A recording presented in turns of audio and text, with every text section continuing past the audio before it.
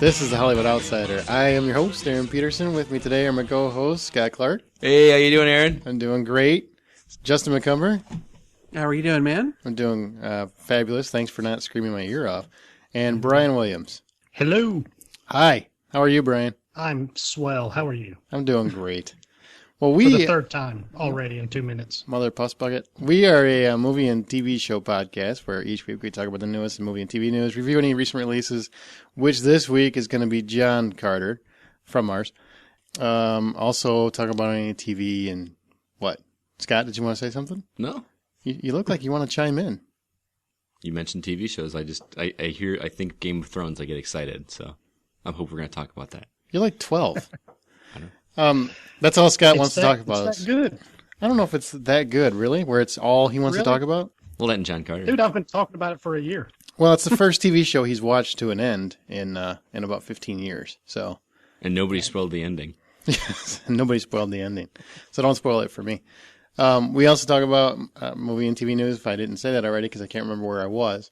We have a little trivia game called Stump the Hoe, where one podcaster tries to stump another the rest of us podcasters. I don't even remember what the game is anymore, but it's basically we're trying to stump the host. With that, let's get into it. How's everybody doing?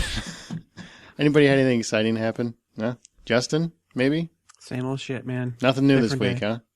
A book came out, but other than that, not much going on. All right. Brian, what about you? I was regulating some bitches this weekend playing paintball. Yeah?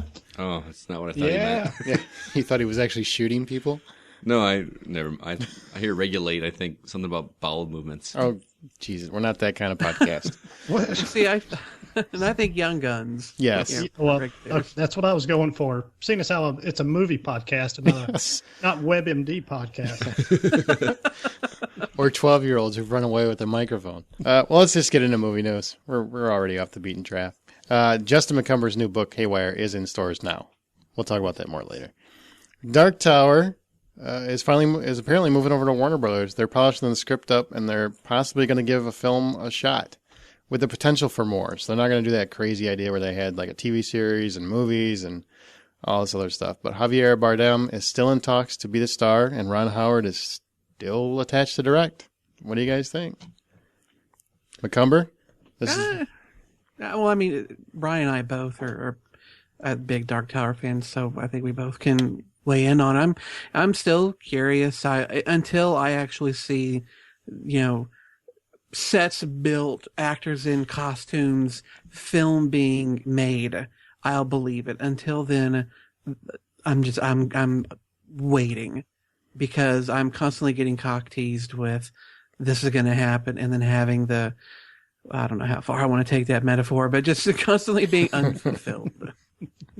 I still don't really care for Javier Bardem as Roland, though. I think they're missing the boat on some other actors who would be better for the part. Yeah, I think we are both in agreement there with our preference for Timothy Oliphant as. So good. You would think he would be. And I'm with you. I'm just not a big Javier Bardem fan, but it's at least this is a step in the right direction. And I mean, Ron Howard is money when it comes to movies. So, and he's directed some good stuff. I mean, yeah, he's directed some mediocre stuff too. Yeah, well, but who so hasn't? I guess yeah. I mean, The Da Vinci movies. Ooh. I didn't like either one of them. Ooh. Go Tom Hanks. Well, we'll see what happens. I do like the idea that they're getting away from having a movie and a TV series, because that made no sense to me. How you're going to do both of them at the same time. Great concept, but I just didn't see how it would work. they really need a Game of Thrones this series. Put on HBO, give it a fantastic cast, give it 10 episodes per book or something. God, that'd be so good. Mm-hmm.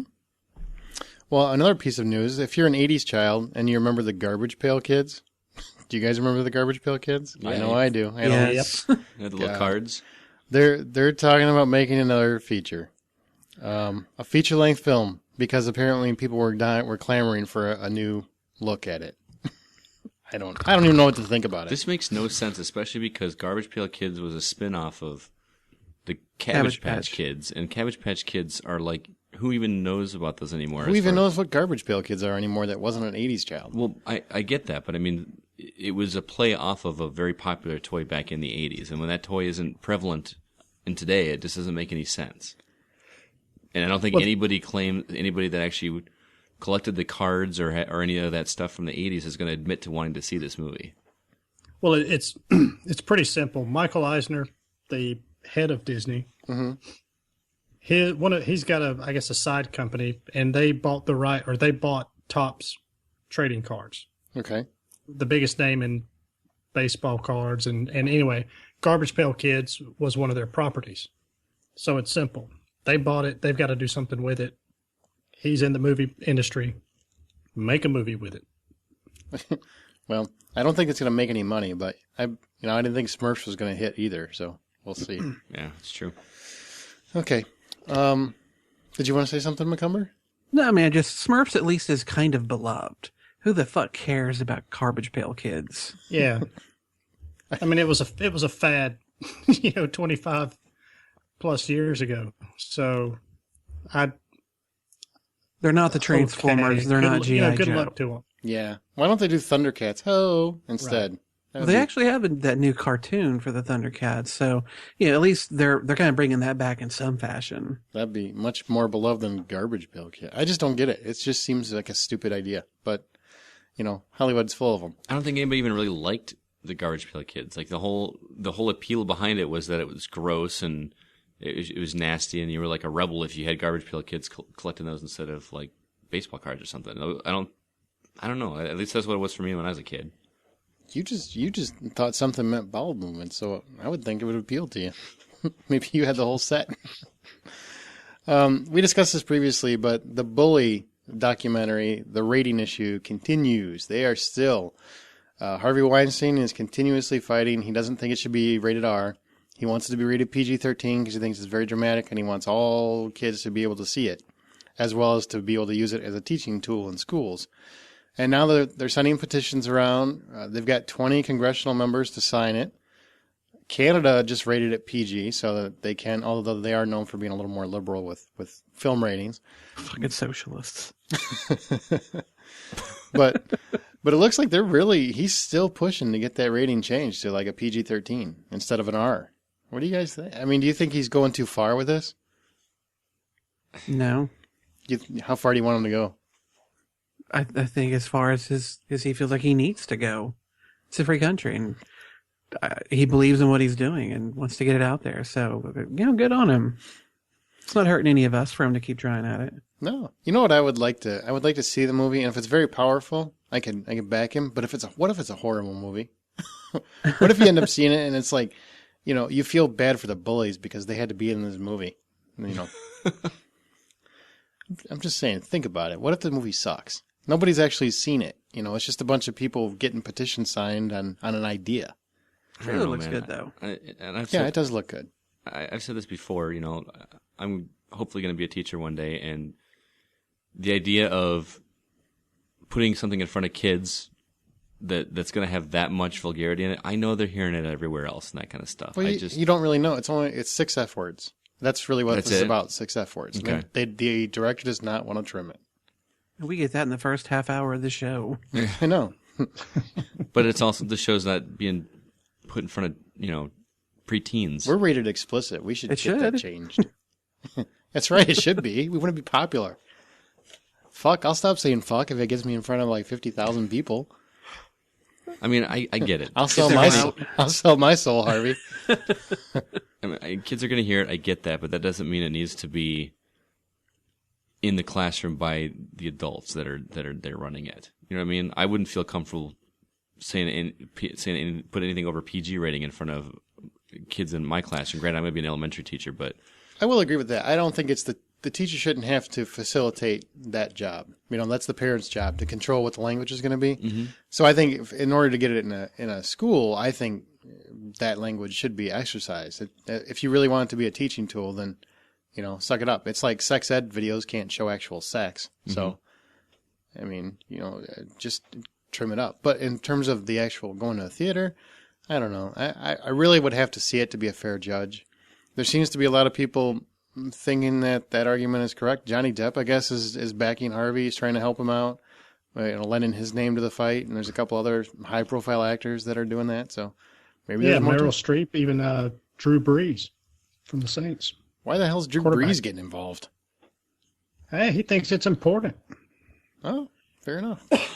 Maybe he's a bully. What's important for kids to See him, I think basically they're trying to say that because this is something that isn't talked about enough, and they want to get that out in the forefront. I understand that. Right. The message is bigger than a but can you? MPAA. Is the only way you can deliver that message by putting that kind of stuff in it? I think sometimes that can make something more powerful.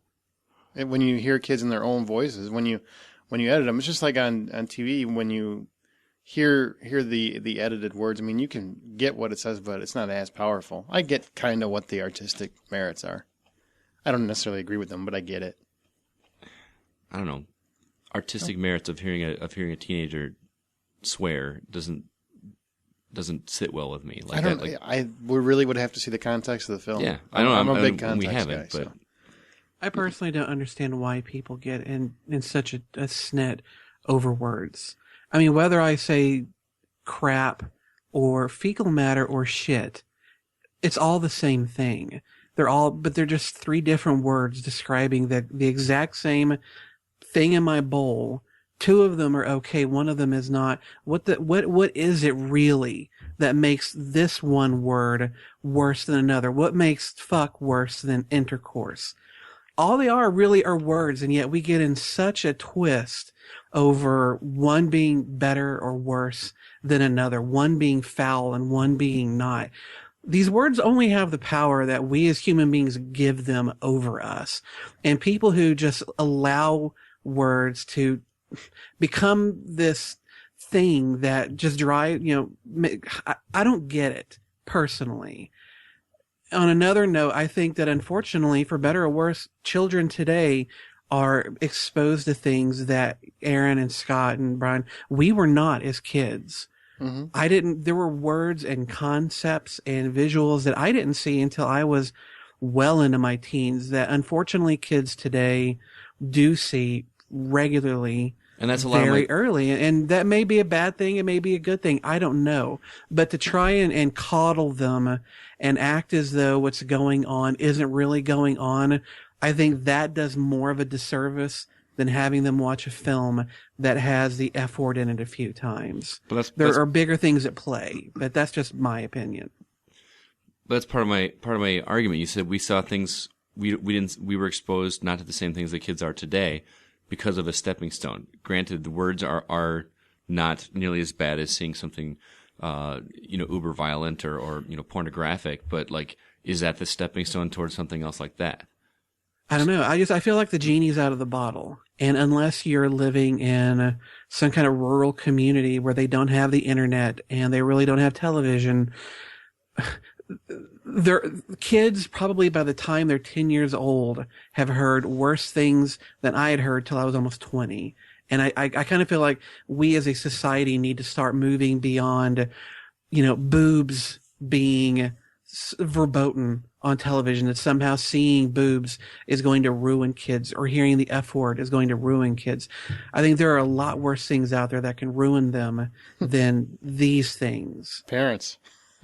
Really? Bad parenting. They're violence. It's interesting that you can show a kid one guy getting blasted to bits and that's fine. But show a naked breast or say the word shit, and somehow that is what's going to ruin society. Oh, I'm with you on the double standard by far.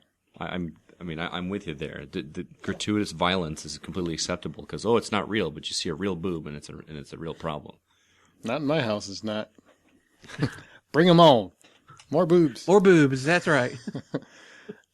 Speaking of foul language, Ice Cube says that an NWA movie, which I'm not going to explain what that means, but because I'm white, that'll get me prostrated.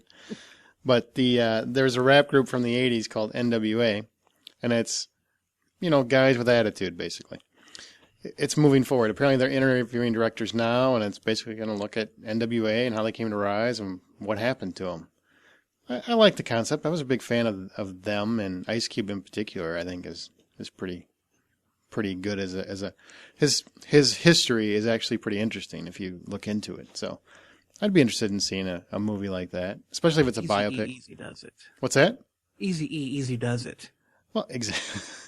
Well, and just let me know when they do the Two Live Crew movie. That's one example. Eazy-E, he was part of that group, and look what happened to him. I mean, he got AIDS and died, and passed away, and that's an interesting. They all had interesting stories. It would actually be a very interesting film on the rise and fall of urban youth, I guess you could say. I kind of like the idea. Yeah, I think I'd rather see an actual documentary. I don't know if it's, maybe like a 1 or 2 hour TV show about it, more than paying $10 to sit in a movie theater to go see it. A drama adaptation of their history, but I like them. When I was in high school and stuff, I listened to them. I liked them and was a fan. And I would like to see you. I'll check it out. Jam in your head eventually. To some NWA. Maybe we could just go watch CB4. Yeah, same movie. Chris Rock. I'm with Brian. I'm black, y'all. I'm black, y'all. I'm black, y'all. That's awesome. That was a great movie. I'm with Brian. I like the documentary style of this better instead of a full drama. Like, I mean, there was one recently done with on the Foo Fighters, which is a band I'm more interested in than NWA, but they don't have a history. Their history is not even close to interesting as far as compared to NWA. I'd personally like to see one, a documentary, especially dramatized in a movie film of Nickelback. But that's just me. That's basically the same thing. See, to me, what's interesting about a band is the history of their music, not the history of how gangster they were and all that stuff. That's not what it's about. It's about taking themselves from projects and poverty, having something to say, saying it, and going somewhere. And then the fall, some of them suffered after it. It's like 8 Mile with black people. Yes. It's like the actual 8 Mile, not the Eminem version. I was in a trailer park, but I'm a thug. I grew up with that music, and I grew up with that environment. It's very close to home for me. I really want to see what they can do with it, so we'll see. Now, one piece of news that made me really sad when I read it, and it just came out today, is the 24 movie, which I've been so excited about, has been put on hold because they don't want to interfere with the Touch second season. That's Kiefer Sutherland's new show that hasn't even started yet, so they don't even know if it's going to get a second season. And you really can't name a show Touch if it stars a little kid. I'm telling you, that's just wrong. But whatever. But because Fox is concerned that Touch is going to get a second season and the schedule would interfere with that, they're going to put the movie on hold until that second season would complete. And they're also trying to get director Antoine Fuqua, who did Training Day, involved. I don't know. But I know I'm a huge fan. Who else here is a huge... Brian, you're a huge fan? Yeah, I've got all the seasons on DVD. I'm a big fan of it. Looking forward to the movie or movies because I believe they're trying to make. Aren't they trying to make it a 2 or 3 movies or something? Yeah, like they're that? trying to make it more expansive. Yeah, and he's going to be globetrotting supposedly. The script is done. The script is done apparently. But they need. I mean, whatever happens with the show happens, I guess. But they need to do it somewhat fast because he's starting to get a little old, and we don't want him looking like Harrison Ford in the last Indiana Jones movie. Shia LaBeouf's going to come up and pick up the reins. Yep. Can you see him interrogating, like waterboarding the suspect? This is my son. Damn it! Well, let me into CTF. My key card won't work. Justin, you're a fan as well. Are you looking forward to the movie? Yeah, I mean, I'm cautiously optimistic. The whole premise of the show that it took place in real time, I don't know, if they're not going to do a film the same way, if it's going to have that same 24 feel. But, you get the right characters in there and get Jack back to being the old Jack Bauer he used to be. And hopefully if Chloe's in it, then, we can get her constantly, pouty face on the screen. Yeah, I'll be there. I'm sorry it's going to take a little longer, but... if Kiefer Sutherland is already contracted for a second season, whether or not they're actually going to do it, he's still contracted for it. And the people who do the movie have to respect that contract. I wish they'd I would rename it to Good Touch or something, because I just feel That's Oh yeah, that's better. it feels inappropriate when you just call it Touch. And you got the little kid in the screen; he keeps coming up on the commercials. And They I'm could like, call oh. it "You've Got the Touch." All I kept thinking is, oh, is this like a Catholic story? I don't understand what this show is. Brian got where I was going with that. That's all right. Scott has never seen the show, so you don't really care one way or the other, do you? I don't know. Yeah. So I spoiled it for him. Yeah. You can't spoil a show that's 10 years old. I'm sorry. That's your own fault Apparently for he not can, watching. because he sounded kind of really butthurt.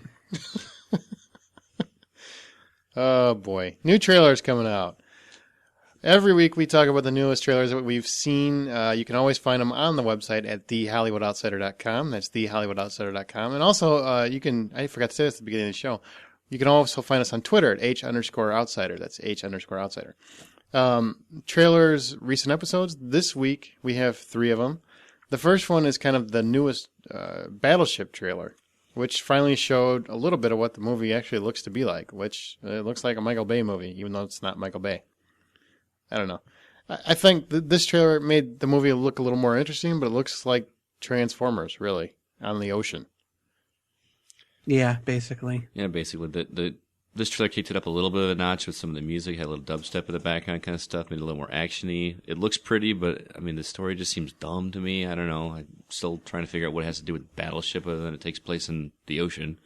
D-26. But I mean, I don't know. It's one of those that like you're gonna want to see it in the theater just for the good sound and the good picture and that kind, or the big picture and all that. But I just don't want to pay $10 to see a movie about this. Liam Neeson better shout, "They sunk my battleship!" at some That'd point. be funny. They better. Brian, you want to see this? This is kind of your kind of movie. Yeah, I do. You're ashamed But- to admit it? Basically, Yeah. yeah. It's just because of all I love big budget special effects and all that stuff, but even the sound sounds like Transformers. Exactly. Mm-hmm. It's one thing. Okay, yeah, it does look like Michael Bay action. Okay, yeah, they kind of do look like some of the Transformers characters, if you will, from some of the past movies. But now you even sound like it, and it just. I just got a feeling I'm going to be thinking Transformers for 2 hours watching this movie. And on top of that, you got Taylor Kitsch, who I'm not convinced is, and I guess you guys can maybe shoot me down. We'll get to that when we get to the John Carter review. Right. Because I haven't seen John Carter, but considering how well his movie did this first weekend, if this movie tanks, he may be out of a job. He may be, making sandwiches at Subway here by 2013. With those dreamy brown eyes. So, All right. Well, the next one stars a thespian of epic proportion, and that's Adam Sandler. It's called That's My Boy. I think this And one it's- actually looks funny. You would. And it's basically about a guy who ends up, a little kid knocks his teacher up, and he ends up raising the kid, and then Adam Sandler is basically the dad that comes back 20 years later or whatever. Adam Sandberg, is that his name? The guy from Andy Samberg. Andy. Sandberg from Lonely Island and Saturday Night Live plays his son, and basically he's just the too young dad of a grown boy, and he comes back to wreck his life, so to speak. Scott, you love this trailer. Why do you love it? I don't know, just from stuff like Jack and Jill and all that other crap he's been doing lately, this looks like he's kind of going old school Sandler a little bit, and I mean it in a good way, not in a bad way, like Billy Madison. Just Happy ridiculous. Yeah, I mean that's what everybody liked Adam Sandler for. He did like that Dreamy movie, and then Jack and Jill is just that just seems stupid. This seems like a fresh idea that could, and I think the trailer looks genuinely funny. I mean, it might not one I'm going to run out and pay $10 for, but it's one I will want to see eventually. It's not I like angry Adam Sandler. I want more angry Adam Sandler. like Happy Gilmore. Yeah, that's what I like. That's the Adam Sandler I love. Do you, Brian, Justin, either one of you? I think it looks like Billy Madison grown up. Mhm. I don't know. The preview didn't do anything for me, but I know I listened to Dan Patrick, who used to be on ESPN. I listen to him occasionally in the day, and he's got a small part in it. And of course, they went to an early screening, and of course he was saying nothing but glowing reviews of it. But I'm sure he's not biased at all. No. So, but it looks like another Adam Sandler movie, and I'm not going to go see it in the theater. Mm-hmm. If it harkens back to the old Billy Madison days, I'll be happy. He started falling off for me when he went with The Waterboy and kind of onward. The only movie he really did that I totally loved was Punch Drunk Love. Love that movie. But when it's, one of his comedies and it's really on his shoulders, like Jack and Jill, I don't find myself wanting to watch his movies. But this one, for the most part, I enjoyed the trailer. It looked really funny. When he starts getting really loud and kind of growly in his voice, it starts to kill it for me a little bit. But Yeah. I'm much more interested to see this, whereas Jack and Jill, I would pay someone not to show me that. I would actually be more interested in this if he played it a little straighter instead of trying to do the goofy character voice. I agree. Because Yeah. I'm sick of him doing that. He doesn't do it very well, I don't think. Waterboy, I wasn't a fan of either. What was that one where he was the devil's son? Little Nicky. Little Nicky. Oh, God. That was so bad. Oh, terrible. I really don't like any of the ones he does where it's like that, where he's doing his own little character. They're just not cute to me. It's just Like like in Grown Ups, he was okay. because he And played that he was played an a normal ensemble guy. piece. yeah, when he plays a normal guy or a guy with anger management problems, then For Big Daddy, I thought was like good. Billy Big Daddy was hilarious because he was a normal guy. Right. It's when he does these roles where he's just taking it too Anger far. management too. Yeah, he was. Normal guy. Plus Jack Nicholson. You can't go wrong with Jack Nicholson. The last trailer we saw is Ice Age 4. Yeah, I'm not dying to see it, but I thought we should mention it. And it is on the website if anybody's wanting to see it. The first 3 movies are all huge hits. Good for them. I think this thing has worn itself out. I'm really surprised that a cartoon is being sequelized this much, but what do you guys, anybody want to see it? The only interesting thing about these is that the little bit, like halfway through the movie with the little Scrat character that's always trying to get the acorn. I always thought that was funny, but I'm done with the other characters. Like, it's just no interest anymore. Yeah, and actually I think the movies don't do that great in the US. It's like worldwide that they're huge. I'm sure on DVD they probably make pretty good money. Yeah, they probably make a buck. Oh yeah, it's like a $20 babysitter. Mm-hmm. Best kind. Hey, if it's still making you money, keep doing it. Yep. Stump the Hoe. We're going to move on to Stump the Hoe. That's our weekly trivia game where one podcaster tries to stump the other podcasters by asking them a trivia question and then won't give us the answer until later in the show. We are not allowed to use Google or any other assistance. It's basically just who's smart enough to get it. This week, Scott gets to try to stump us hoes. That's Hollywood Outsider, not actual prostitutes. So, Scotty, let her rip. All right, so we kind of have a theme going each week with each of these Stump the Hoe questions where we do a question that's somehow related to the rest of the topics of the show. So that being said, I decided to do a question about the Muppets, which has nothing to do with any of the rest of the show. Okay. Just to be different.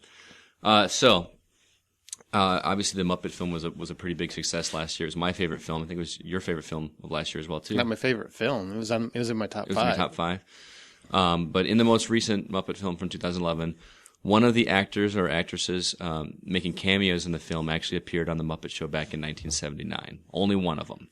Which of these 4 was it? Was it A, Judd Hirsch, B, Whoopi Goldberg, C, Mickey Rooney, or D, Alan Arkin? All 4 of them were in the film, but only one of them was in the actual 1979 show, The Muppet Show. I'll guess Mickey Rooney. All right. Brian?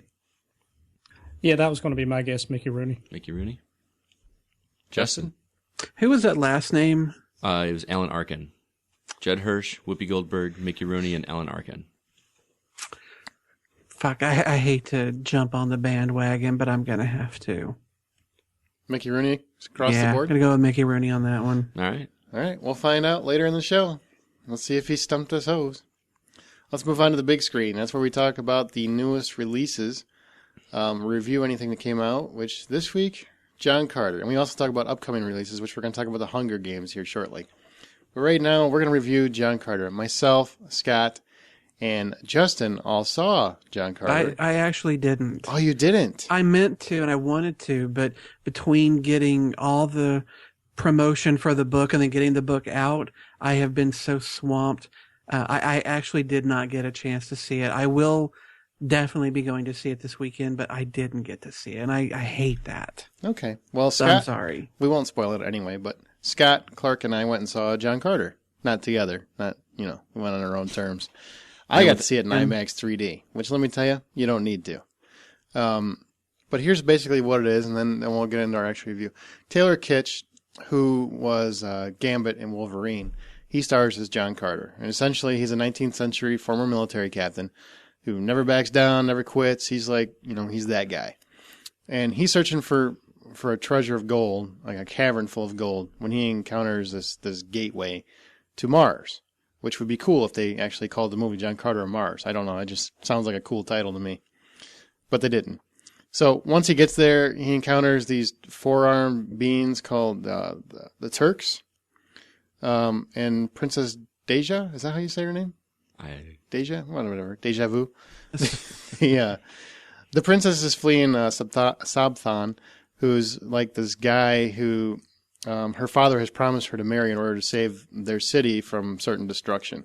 The Sabthan is basically being gifted with another power by the Therns, which are kind of like a godlike creature who manipulate the world to get to the events that they're hoping for, basically. The lead Thern is played by Mark Strong, who was in Sherlock Holmes and he was in Kick-Ass. He's been in a lot of movies.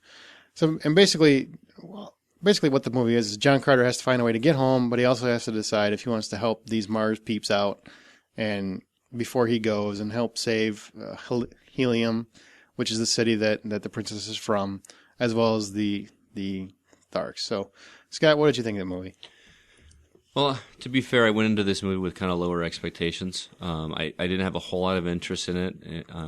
If it weren't for the show, to be honest with you, I probably wouldn't have spent the money to do it. But that's exactly why you want to see a movie right there, boys. Yeah, but So anyway, I went into this movie with kind of low expectations. But that being said, I went in with an open mind, trying to like it. Didn't have a whole lot against it. I don't know much about the source material, but I had heard that some of the material was influenced, like George Lucas and Star Wars and that kind of stuff, and some of that is kind of evident apparently. That was news to me. But this movie is extremely well done in terms of technicalities. It looks gorgeous. The acting is pretty good. The special effects are amazing. In just the set pieces and some of the way things are shot, as well as the creatures and the technology stuff, just looks really cool. I just found myself not really caring about the story too much. I never felt invested in any of the characters so much to the point where I cared about what was going to happen one way or the other. I will say the movie started out strong. Started and ended pretty strong. Like it kind of had like bookends that were great. It starts with John Carter out in around Civil War era, like you said, 19th century, and there's some stuff going on with him and Bryan Cranston that's awesome. It starts out really well. And then as soon as he gets, transported to Mars, or Marsoon, as they call it in the movie, Barsoon. Mm-hmm. I just start to lose interest little by little. There's very little John Carter trying to figure out where he is and why he's there and why stuff is happening the way it is. He just accepts everything way too quickly, in my opinion. Granted, it's a 2-hour movie; you have to squeeze it in. But they're just, this is something I think would have been a bit more interesting if it had been stretched out in 2 or 3 movies instead. It seemed like they tried to cram way too much into one movie and moved it too quickly for me to get invested in any of the characters. It ended pretty strong too. I thought it had, I found myself most interested in the stuff that didn't take place in Mars or on this planet. Mm-hmm. More interesting stuff was in the 19th century when this kid is learning about who John Carter is, and then they get into this is my story, and then as soon as you're in Mars, I just lost interest. But again, like I said, this movie looks gorgeous. The flying machines, I don't know what they're called. I don't know the lore well enough. Everything looks amazing. The special effects are a lot of fun to watch. It's a good action movie. I just didn't feel emotionally invested in the characters or the story too much. But again, I might be in the minority there. I don't agree with him at all. I thought it was a very, what was that? I thought it was a very good movie. I thought it was a very good space opera, so to speak, good science fiction flick. I thought he learned his powers, so to speak, very well as they can in a 2-hour movie. I mean, he gets to Mars, he has trouble adjusting. Obviously, the gravitation, the theory is he goes to Mars, he's from Earth. The difference in gravitation and atmosphere is what causes him to basically have superpowers, so to speak. Like he can jump long distances and he has extra strength and that sort of thing. It was like Superman, wasn't it? Kind of. Same kind of concept. But what, Justin? I'm not gonna. No, it's getting deep into nerddom, so no. You just guys keep going.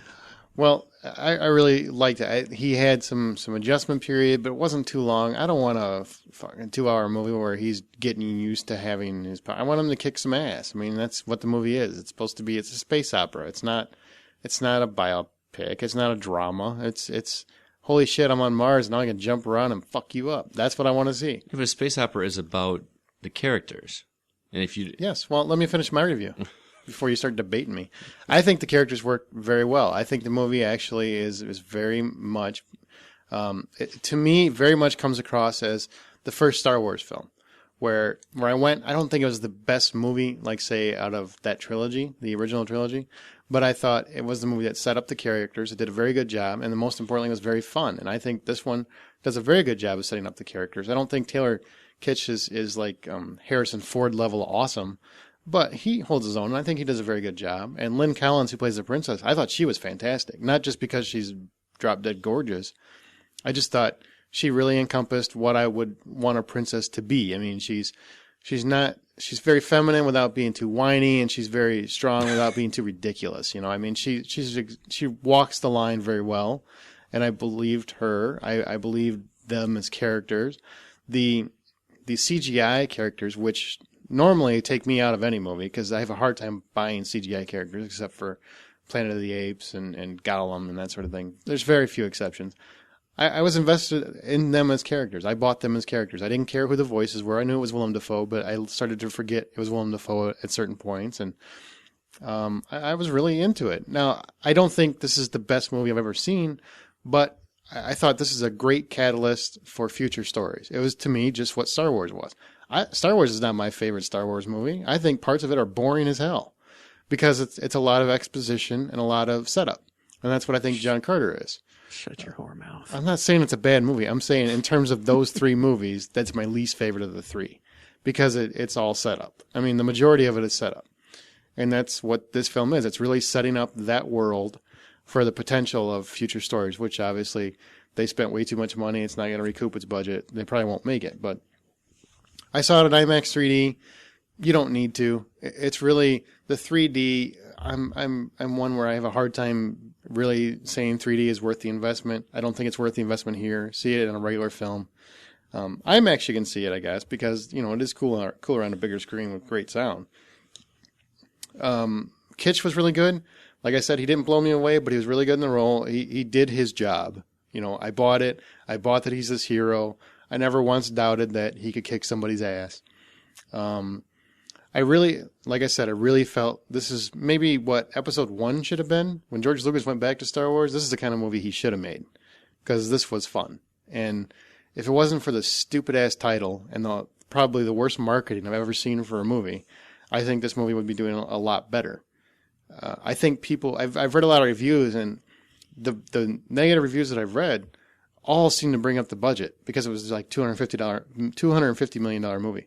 I don't care if a movie costs $50 or $250 million. You should be reviewing the movie you saw. Mm-hmm. And I don't think a lot of the bad reviews are not being fair in that respect. I think they're saying they're expecting something more than what it is. I think this is a silly, fun sci-fi summer ride, and it's exactly what I wanted. I think it would be great to see more stories, but unfortunately, because of that budget and the fact that it didn't make as much as obviously they would like, it probably won't happen. But all in all, I give it 7.5 out of 10. Do you think that it would have done better with audiences and at the box office if they would have gotten an actor with a bigger name in it? Because, I mean, I'll be honest, the guy, I barely know him from Adam, and maybe it shouldn't affect my view of the film, but it kind of, because I don't know what to expect going in, I don't quite know how to feel about wanting to see the movie.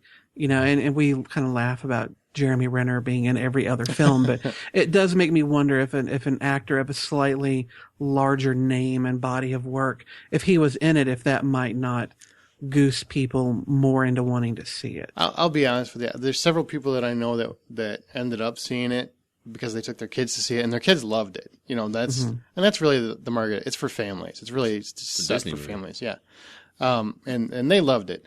I really think the problem lies with the title, which is an awful title because it tells you absolutely nothing about the movie, and the marketing, which I thought was probably the worst marketing I've ever seen. I don't recall a trailer that told me anything about really what the movie's about.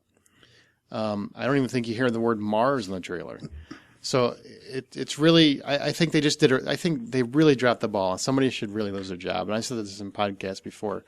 The marketing was that bad that somebody should lose their job over it. Because it's not a bad movie. I think it's getting a bad rap. I think it's kind of unfair. Now, Scott, maybe he didn't like it, but I also say Scott didn't want to see it to begin with because he had said to me specifically he didn't really want to see it. Now, I'm not saying that if it was a great movie that would have changed his mind, but I mean, if it's not really something you want to see, that's going to play a part too. I would think. Would you agree, Scott? Disagree? Yeah. I mean, it's just. But I mean, for me, it has to be something that's interesting to make me want to see it too. I think that's a lot of what hurt this film too. Is the story just doesn't, on the surface, appear that exciting. I mean, granted, again, it's part of the marketing. But even after seeing the movie, I don't think telling the story to me up front would have made me want to see it anymore. Everything can't be Bridget Jones' Diary there, Scott. Yeah. Here's what it is. You know what? Every year I go to see these summer blockbusters and shit. And 9 times out of 10, there's no story. Everybody gets all giggly because there's a cool special effect and wow, that looks really pretty and everything else. Here's one that it's not perfect. It's not the best movie I've seen, but I actually had fun watching it. I was waiting to see what happened next. I was into it. And most of those big sci-fi extravaganzas, I don't get into. Transformers, I know you guys love them. I get bored to shit. I like the first, and the third one was okay. Second one was god awful. You know, it's just they're really hard. If it's just special effects, it has a hard time holding me. And I thought this one is getting a really bad rap, in my opinion. So, especially if you've got kids, I think it's a good family movie to take your kids to. Did you have any surprises, if you will, in there in the movie that you might not have picked up on or didn't anticipate? No, I think from the preview. Everything from the previews. Because I really didn't know what to expect at all. The whole movie was kind of a surprise, and I've seen every trailer. The one thing that I will say, and I think this is probably doing the film a disservice to some degree, is that when you watch it, there's no way you don't think Star Wars. Mm-hmm. And I think to most people, they're probably going to see it as a total ripoff of Star Wars. It's kind of the other way around, actually. Yeah, and it's actually the other way around, but I understand how, because which came out first, that's how people see things. Nobody's read this. This is very much a cult book. It's not huge popularity. It's not well known. In fact, I think the novel that was posted was actually called Princess of Mars.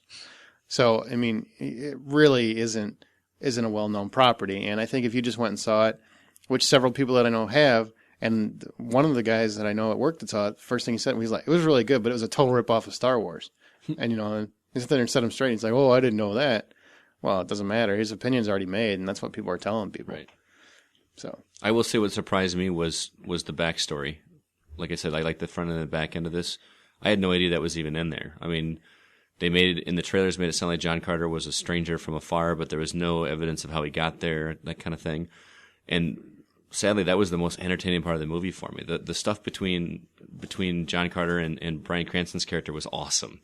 There's a scene towards the beginning that was I really liked a lot, and I really felt like, all right, I'm going to like this movie. And like I said, when I got to Mars, I just lost interest. But again, that was me personally. So Well, I gave it 7.5 out of 10. What'd you give it? I gave it a 5.5. Like I said, I don't hate this movie.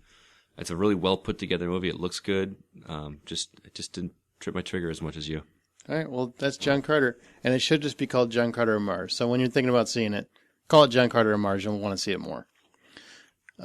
Speaking of, even though we've talked about it ad nauseum, worldwide the movie did over $100 million. It actually didn't do too bad, but in the United States it only did $30 million.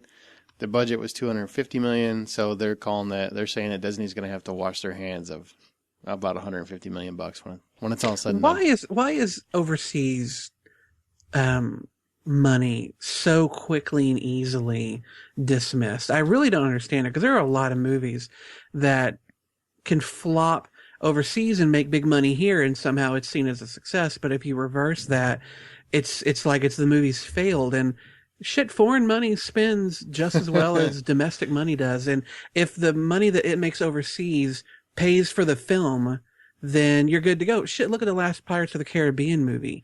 It didn't make nearly as much domestically that it did overseas, and it was kind of seen as a success. Yeah. I think the same could apply here. I don't know. I instantly kind of got my back up over that. I don't know why. I think it's because we're Americans and we think we know better than everybody else. So if we don't go see a movie, then it must have sucked. No, it's made double the money over there that it did here. I think that qualifies, and people need to just shut the fuck up. Yeah, I actually kind of hope this really does well. I mean, like Pirates, like you were saying, only did like $200 million here, but it made $1 billion worldwide. Mm-hmm. So it did just fine. Just Johnny Depp, he's still doing okay. Maybe if they'd called it John Carter of the Caribbean, maybe that would have gotten Pirates of Mars. Oh, Pirates of Mars, exactly. Oh, that would have been good. See, I'm already more interested in that. Yeah, that would have been a good title. Anything's better than John Carter. Plus 3D really sells overseas. I mean, so they make more. They do make a little less, like percentage-wise, overseas than they do here, but it's not enough to. If this movie makes $500 million overseas, it'll be a hit. I mean, not a monster hit because the budget was so huge, but it'll break even. Where right now it's not looking good. Plus, the star appeal isn't there. I mean, Johnny Depp is insanely popular overseas. Yeah, he's huge worldwide. And they're like, who's this guy? You know, exactly. I mean, even us are like, oh, I've seen him. He played that minor role in that one movie, and he's on that TV show about football. But like, you know, if this would have been a $100 million movie, it would have been a respectable opening. But they were just expecting way too much. But it made $30 million, not bad at all for a movie that was marketed horrible. Mm-hmm. Silent House did $6.6 million. Apparently, that's getting like Devil Inside type ratings. It's the second movie in the last 2 years to get a cinema score. That's where they review it when people leave the theater of F. So really? Devil Inside is the only other movie in the last 2 years to get that rating. I saw a review of it where they said that it's basically, just a feature-length movie of a woman running from room to room, cowering. It's something off-screen. Yeah, and apparently the ending is just like Devil Inside, where it's horrible. Ugh. So I still want to see it. I'll check it out. And 1,000 Words, that Eddie Murphy classic, did $6.1 million. So good. Eddie, Tank. Eddie, could do another fucking Beverly Hills Cop movie. Get back to what you're good at, Eddie. Stand up. Well, let's move on very quickly. If you listen to last week's episode 32, we discussed the March 16th releases, which were 21 Jump Street and Jeff Lives at Home, which those are both coming out here in a little bit, or should be out by the time you listen to this. And we also reviewed Friends with Kids and Project X. So be sure to check that out if you want to know more about those. Right now, there's only one release coming out March 23rd. One release, and they're saying that it's the Twilight of this year. No other movie wants to get in the way of this one. Nothing wants to get in the way of The Hunger Games. That's that movie starring the sexy Jennifer Lawrence. And this is basically what it is. It's Battle Royale in America. But every year, in order to remind the small sections of North America the penalty of an uprising, each of North America's 12 districts have to commit to the capital one teenage boy and a teenage girl to the Hunger Games. It's basically a vicious televised event where these 24 kids fight one another until only one survivor remains.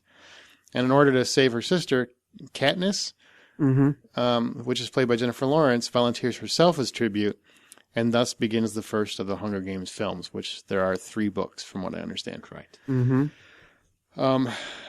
Early online word is very, very positive. It's not like coming across juvenile like Twilight. I mean, it seems like they took this movie seriously. Well, the difference between this and Twilight is this has a little bit more broader appeal, whereas Twilight pretty much catered to a female audience for the most part, and Brian. But Look at you. Oh, nice. You've been See that taking burn comedy coming. classes or something lately? Because you've been on a roll the last few weeks, man. I guess, I mean, you've gone around pretty fairly, so I guess it's my turn in the barrel. But good job. Good job. well, thanks. But Dick. I mean, but this. No, but this one like appeals to everybody because I mean, this. Granted, the main character is a female, but it's a little bit more A violent. gorgeous It's not. female. What's that? A gorgeous Oh, she female. is. But I mean, the story is more alluring to both men and women. I mean, it's an empowering woman, but it's also got a little bit more violence to it. It's not centered solely around a love triangle, even though it's there in the story. It's not prevalent. It's not like the main focus. Is there a love story in the movie? Yes. Yes. Well, I mean, in the book. Well, there's in the book. I'm No, not there's Don't- got to be. I mean, it's, you know. Be there's careful. I don't know tons anything of about it. chicks who love this book. Right. But I am so stoked. This is like one of my 2 top most anticipated movies of the year. So I am really, really excited to see this.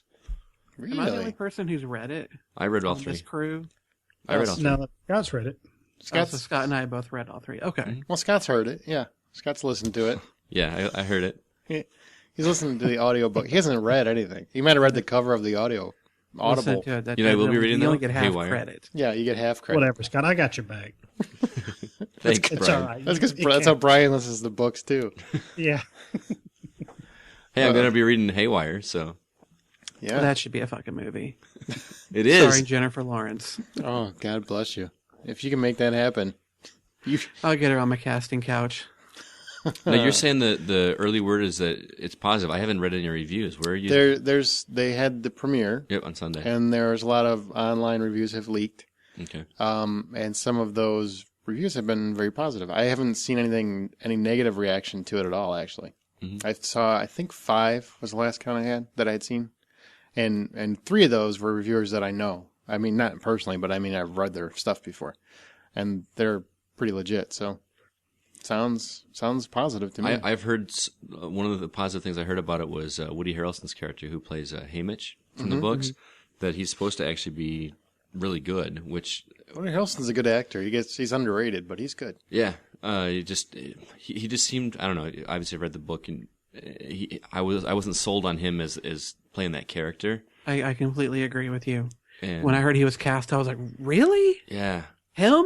I mean, Is being Haymitch? he could be the drunk, sure, but I mean, Right.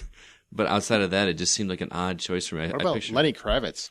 Why the fuck is I Lenny actually Kravitz? think he's an inspired choice.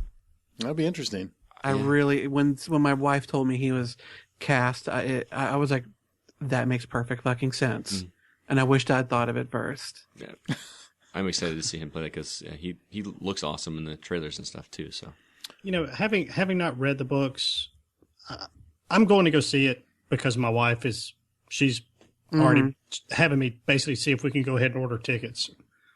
But having not read the books, and I've got a general idea of what the movie's about, but I'll be honest, the previews are not selling me at all.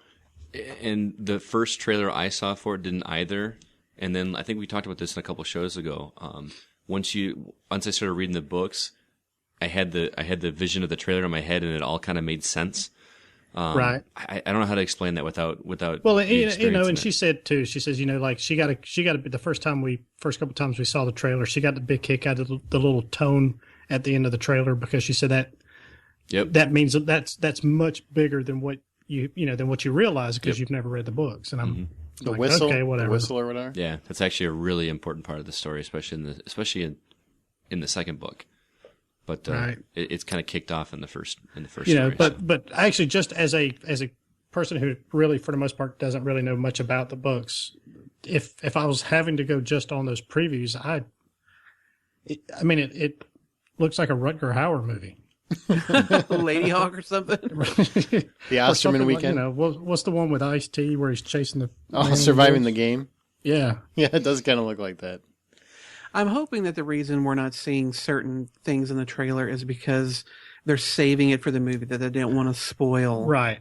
certain moments from the book, that I'm really curious to see how they translate into film. But I think if I did see it in a trailer, it would maybe diminish it a little bit. So hopefully it's those really awesome moments are being saved. Well, there's actually Yeah. a little bit of controversy about it out in England right now because the rating board out there is demanding that they cut literally 7 seconds from the movie because of violence.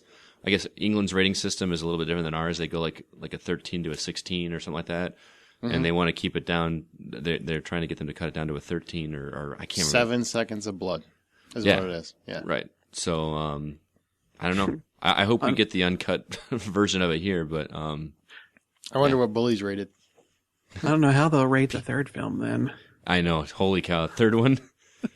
Well, every week we take we do a pick of the week, but there's only one movie, so I'm gonna go with Way to go, Hunger Hunger Games. Games. Yeah, Hunger Games takes the sweep. Hang on. Let me think about it. Yeah, Yeah, Hunger Games. Hunger yeah. Games. So that's actually my sister gets married that weekend, so we'll see if I get to see it that weekend. But I'm gonna see it. I will be for sure. Okay, so March 23rd, Hunger Games. It's finally here. We've been talking about it for a while. We'll see what happens. Winter's coming. Oh wait, that's a different. Sorry. That's something else. I think it's War is coming now. That's the new one. What's this movie? Every week we have a "What's that movie?" quote, where basically we play a quick movie clip and see if you guys can guess what this movie is. If we don't tell you the answer, you got to figure it out all on your own. Last week's answer was Real Genius, which is a timeless classic. More people should see it. More people should see it. I'm really sad that more people didn't get it, but that's all right. Scott M. and Sean M. both got it right, so congratulations, you guys. You got last week's right, too, so apparently you guys just sit around and watch movie clips all the time. Good for you.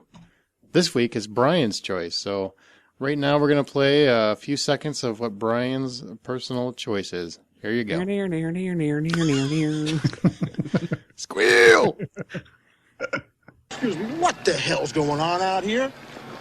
Well, Nook's scared because his eyelids are jammed and his old man's here. We need a was it a live rooster? We need a live rooster to take the curse off Jose's glove, and nobody seems to know what to get Millie or Jimmy for their wedding present. Is that about right? That's right. We're dealing with a lot of shit. Okay, well, candlesticks always make a nice gift, and maybe you can find out where she's registered, maybe a place setting or maybe a silverware pattern's good. Okay, let's get to it. Let's go. Okay, if you guys think you know what that movie was, then tweet us at H_outsider or email us at feedback@thehollywoodoutsiders.com. That's feedback@thehollywoodoutsiders.com. Brian, thanks for that selection. We'll see if anybody gets it. Your pleasure. Let's go on to the couch where we talk about TV news and what's new on home video. There was talk that Netflix would be available through your major cable provider like Comcast and whatnot, and apparently that's premature. That is on hold. It's not actually going through. But I wanted to ask you guys: is that something that sounds like a cool concept to you? That Netflix would be available through, like, say, your Comcast cable receiver? No. No. I've already got it through my Xbox. I've got it through my PlayStation. I've got it through my Apple TV. Fuck, I need it through iPad, another iPhone. service. Yeah, exactly. I was kind of curious as to how that was a benefit, really. I'm I mean, covered. if someone doesn't have a game console, I guess. Well, It totally defeats the whole purpose of Netflix. I mean, that's why Netflix exists, is to be an alternative to cable. So you don't have to pay $150 a month for cable and all the movie channel, all the movies and all that stuff. do you guys think cable's was looking into this in term? I mean, obviously Netflix wants to make more money. The more things are on, the more money they're going to make. But do you think cable companies like Comcast and whatnot were pursuing this just because they want to get Netflix out of the way?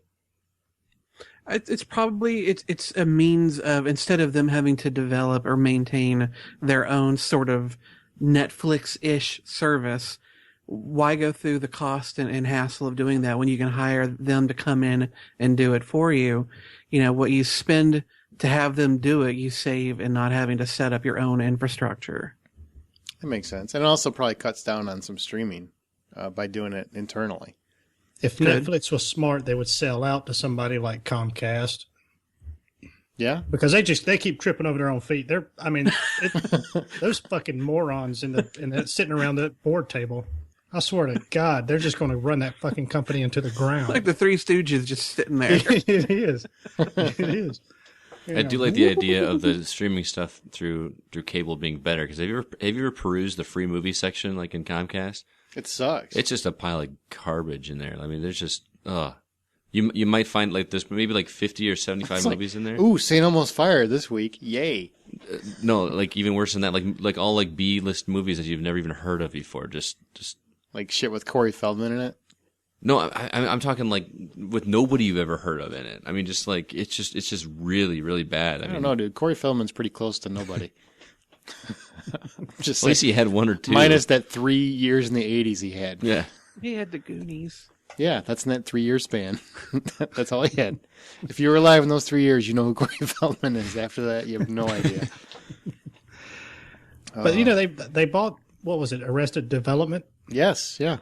And they've even even Firefly. So they're supposed to, trying to be bringing those back. But well, they're not bringing Firefly. They're talking about Terra Nova. They're trying to see if they can possibly work out a deal with Fox on Terra Nova and continue that series on there. No, actually, according to CNN, just in December, they actually did buy Firefly and allegedly have everybody signed on. Everybody's basically said, "Yeah, we'll do it." I have never heard that. Don't fucking tease me, bro. I wanna see this clip. This is Brian's news item. So if this is not accurate and doesn't pan out, I don't want anybody suing me. Look at Aaron stepping back from the mic. Whoa, whoa! This is not official Ho news.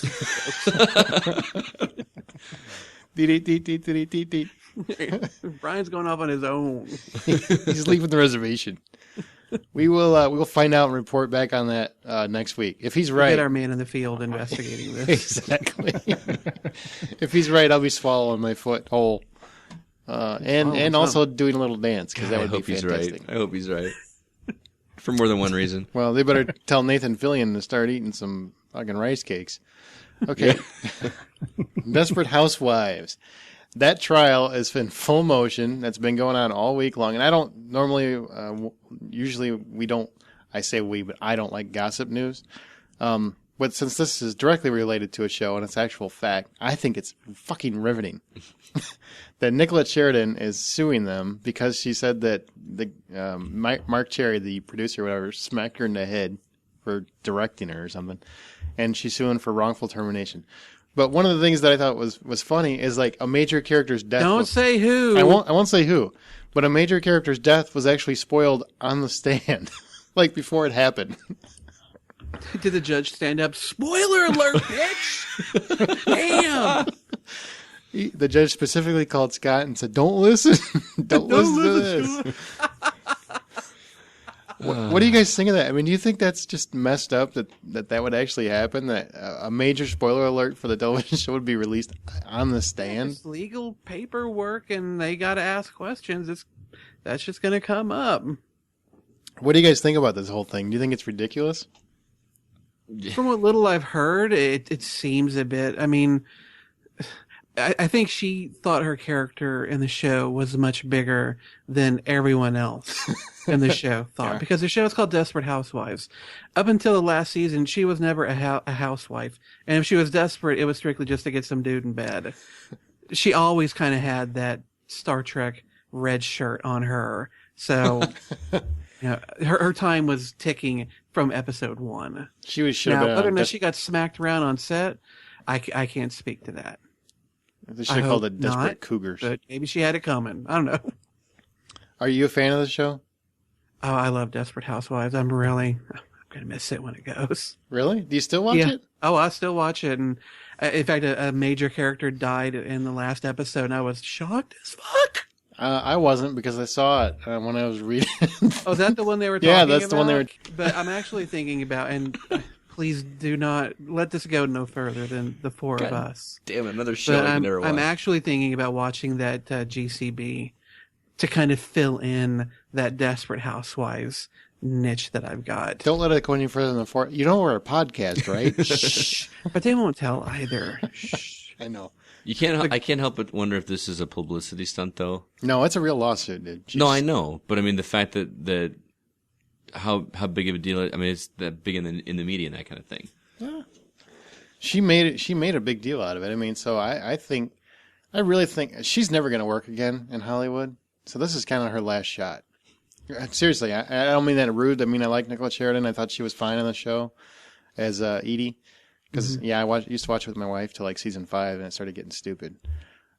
Whatever, I mean, when they started having black people locked up in the basement in the white neighborhood, I thought that was kind of pushing it a little bit. Season 2, though. Yeah. But I stuck with it after that. I was just like, all right, well, that's pushing the envelope a little bit. But she just seems like she's reaching. She's not going to have a career. No director or producer is going to want to hire her and deal with her what's perceived as prima donna attitude. So. Well, and how long has she been off the show? She died in what, season 4 or 5? 5, yeah, something like that. So it's been several years. Why has this not been brought to court now? Has her legal team been, building her case this entire time? Well, apparently she must have taken a good ass whooping. But they did dismiss the assault part of it. They're saying that she complained about the assault, him hitting her in the head, and that's why ABC's fired her. I don't know. It's a whole thing. But we'll see how it pans out. I just thought that was interesting, especially the part about spoiling a major character's death on the stand. That was great. I'm gonna miss you, Desperate Housewives. Okay, Walmart is making a deal with studios that for an extra $2, when you buy a DVD, they will create a digital copy for you. So as long as they're making a digital copy for me, like if I give them $2 and I get a digital copy, I think that's great. And it depends on the quality. Is it going to be DVD quality? Is it going to be? I mean, I'm thinking to get an iPad. Is it going to be high def?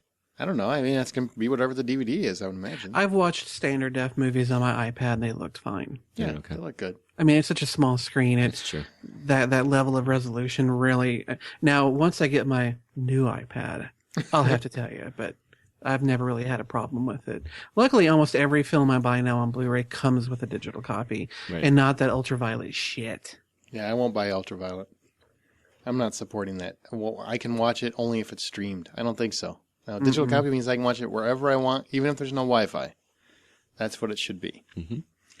Well, anyway, it's a cool concept. I really hope that this pans out because I would buy more DVDs if I got a digital copy with each one. I would.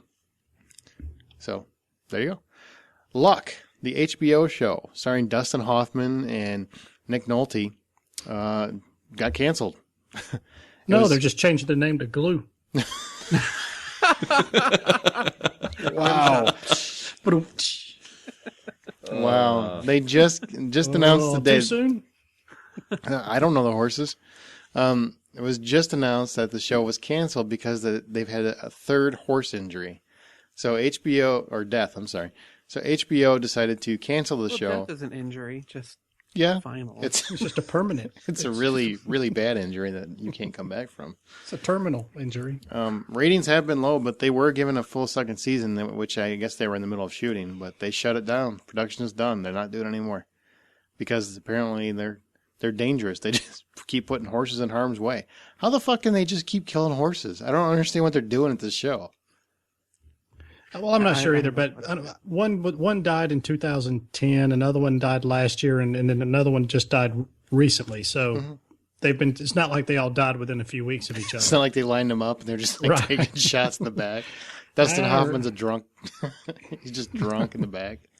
I could see Nick Nolte driving around off his fucking rocker, taking out horse after horse. Well, the show's canceled. So if you're a fan, you won't be much longer. You better hope Netflix creates that show. Let's go on to, did you see that? Anybody seen anything? Oh, I'm guessing Game of Thrones is pretty much all we have to talk about. Yeah, that's all I watched. So, That's pretty much all I we can watched, hit a except couple for of things before we hit that, if you want. all right, go ahead. What do you got, Justin? Justified has been kicking ass. The Walking Dead has been kicking ass. what the fuck was that ending? Don't spoil. Don't spoil. Don't spoil it, dude. I had it spoiled I've got for to me. get shit off my chest so we can talk Okay, after the podcast. But Okay, fair enough. Using Hulu Plus, I was finally able to get current on Community.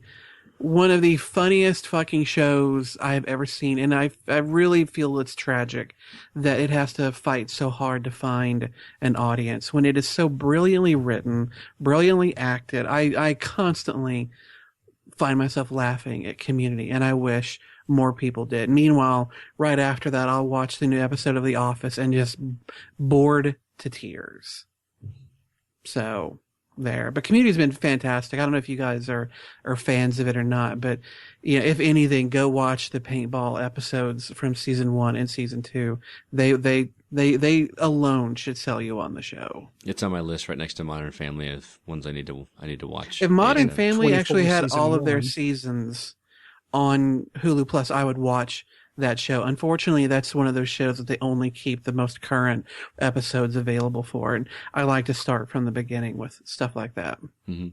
But yeah, Justified and The Walking Dead both were fantastic. Couldn't be happy. And the Breakout Kings has been, first 2 episodes have been really good. Yeah, I don't like it as much without the one character that's no longer there. I really, I'm really, tired of it. I'm glad he's not there. Fuck him. I re- Boom, boom, that's it. I really missed his presence. I like him a lot more than I like the other guy. But Who, the Michael Chiklis looking dude? yeah, well, let's go ahead. Well, I guess it's already 2 episodes in. You can't really. Oh. The one guy's no you longer. can edit that out too if you want. I'm not going to edit this whole damn show. So Hey, if it's 2 episodes ago, it's fair game. Oh, we'll remember that. yeah, we'll keep that in mind when we're talking to you. That's for sure. And reflecting back to what Brian said, he did send me an article, and it is something that was discussed. It's not a done deal. They're not actually doing. I didn't Firefly. say they were actually. They're just doing. discussing it. So they're discussing the Firefly revamp, but more Eat more your in foot, motherfucker. it's more in theory. No, I said it wasn't nothing that was done, and it's not done. It's just talk. No, don't be getting all It's talk. technical and shit. It's just speculation and rumor. Rewind it. Play that shit back. Don't listen to Brian. It's speculation and rumor. He lives off that. Oh, and The River finally got good again. First premiere episode was really good. Second episode, not bad. Then it kind of went on a downhill slump. But this last episode was, pretty good. And it brought in the Katie Featherstone from the Paranormal Activity films. She has a role in it now.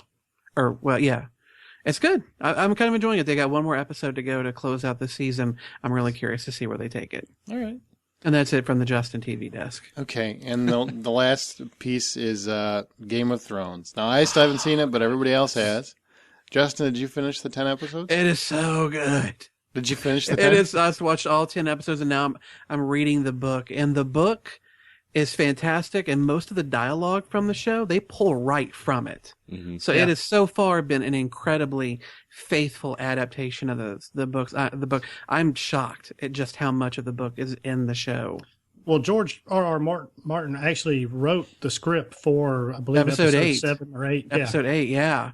So he's a big believer in the show, too. It's fantastic. One of the best shows I have ever seen. I'm right with you. I could not, after the show got going, I could not put it down, so to speak. I just kept watching just one more episode. I got to see what happens. The way that the characters develop is just absolutely amazing. You'll feel one way about a character at the beginning, and you'll feel completely different about them at the end. Because you understand where their motivation for doing certain things. Mm-hmm. And you may not agree with the action, but you're like, it was a dick move, but I can kind of see where he did that. And the acting is amazing. Like Peter Dinklage. He is so good. Like every time he's on, he's just so entertaining to watch. Do you know who that is? I didn't. I had to look it up. So he's a midget. Yeah, A little dwarf. person. No, he's a midget. I'm sorry. It's a freaking legal definition. But every scene that he's in, he just owns. Why does that make me an asshole for calling him what he is? He's a midget. I'm a white guy. Shame on me. Well, you're kind of an asshole by You've offended default. little See? people and Jews. I'm an asshole. Right. I'll take out the Jewish reference. Go ahead, Scott. There's more of those than there are small people. Anyway, Scott, you were talking about how good it is, and that Aaron's stupid for not having seen it yet. Wow. This is one of those shows too. This is my first HBO series that I've ever watched. I've never watched. You never saw True Blood? Never saw. You True never Blood. saw The Sopranos? Never saw The Sopranos. I don't like so Sopranos. Oh my! Well, I'm not a huge mob guy. I never got big into mob movies, so like I don't know. But what I'm told is that it's more about the character development of Tony Soprano in that, so I'm intrigued. But He dies at the end. Go ahead. actually, I didn't know how that ends. So, No, he doesn't. but I'm almost like worried about watching another one because of how much I like this. I'm afraid I'm going to compare everything else to this series, just because, like Brian said, I'm actually looking forward to watching this a second time, and that's a lot for me to watch an entire series a second time. That's not a sitcom. There's just You so can't many. even finish Prison Break. So, Yeah. Just saying. It's just so good. It's so entertaining. It's so violent and so there's so much sex going on in it, and that's not why I like it. That's one of those things that Right. because I'm watching it with my wife, and she's like, All right. it's a pretty interesting show, but I could do without all the boobs and stuff. And like, I'm like, You said that or she said she that? did, yeah, like I said that. Yeah. Come on. You're like, yeah, Hold honey, on. yeah. You know way what this too many episode's boobs. missing? More boobs. Some of it does seem gratuitous and not really needed, but it's I saw 1.5 episodes, and a lot of it was gratuitous and not needed. most of it is. Yeah. It's a medieval fantasy setting. Boobs existed. Let's move on. No. I'm just saying that it's just so good. I can't. I've been talking to everybody about this and I'm trying to get other people to watch it, and it's just so good. And outside Now of you know how I've been for the last 6 oh months. man, and like I texted Brian a little bit to like talk about stuff. Dude, that one night you were texting me like every 20 minutes. Oh my God. Son of a bitch. So shocking. I'm not kidding. There's one episode, Aaron. I told you this the other night that I don't remember the last time I sat and stared at a TV screen with my mouth open and like, did I just see that happen? And it was subconscious. It wasn't like I just sat there and I went, wow, that just happened. Oh, it was. I really want to watch it with the commentary track. I'm just deathly afraid that someone who's going to be on it is going to spoil something that's going to be coming up in the next No. seasons. No, they don't. I actually that was one thing that I did was because I have seen it so many times. I actually did You had to watch change it up somehow. I had to do something different. But I did watch it with the commentary, and they don't do anything to spoil next season. Okay, Most good. of them, at the time that they recorded it, hadn't even really seen all of this season. Because, and one of the things they talk about is like, there's so many different stories going on, and there's so many characters, and they would film, their part, and that's the only part of the story they know. Mm-hmm. So unless they read the books. And a lot of them even talk that, I read the first book, but I don't want to know what the girl that plays Dany, Daenerys,